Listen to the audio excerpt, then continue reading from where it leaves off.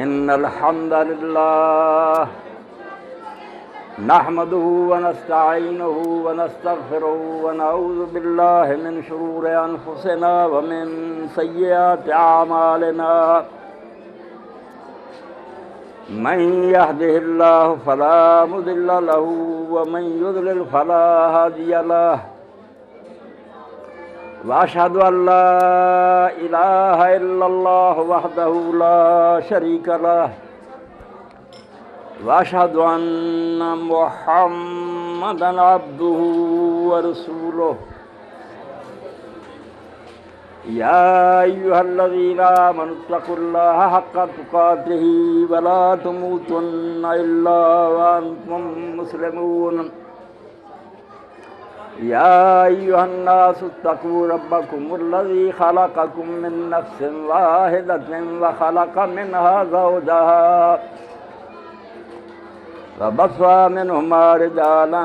كثيرا والنساء واتقوا الله الذي تساءلون به والأرحام إن الله كان عليكم رقيبا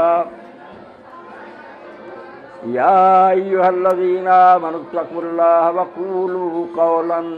سديدا يصلح لكم أعمالكم ويغفر لكم ذنوبكم ومن يطع الله ورسوله فقد فاز فوزا عظيما عزیز محمد نعمان منیر اور واجب التکریم خواتین و حضرات، نکاح کی جس تقریب میں آپ لوگ اس وقت شریک ہیں، یہ کوئی خانہ آبادی کی رسم نہیں، اللہ کے رسول کریم علیہ السلام کی نگاہوں میں جس کی قدر و منزلت ہے اس کا اندازہ اس حدیث پاک سے ہوتا ہے جس کو حضرت انس رضی اللہ عنہ نے روایت کیا، اذا تزوج العبد فقد استکمل النصف، جب کسی بچے کی شادی ہوتی ہے تو اس کا آدھا دین مکمل ہوگا، فلیتق اللہ فی النصف، باقی آدھے کی وہ فکر کرے۔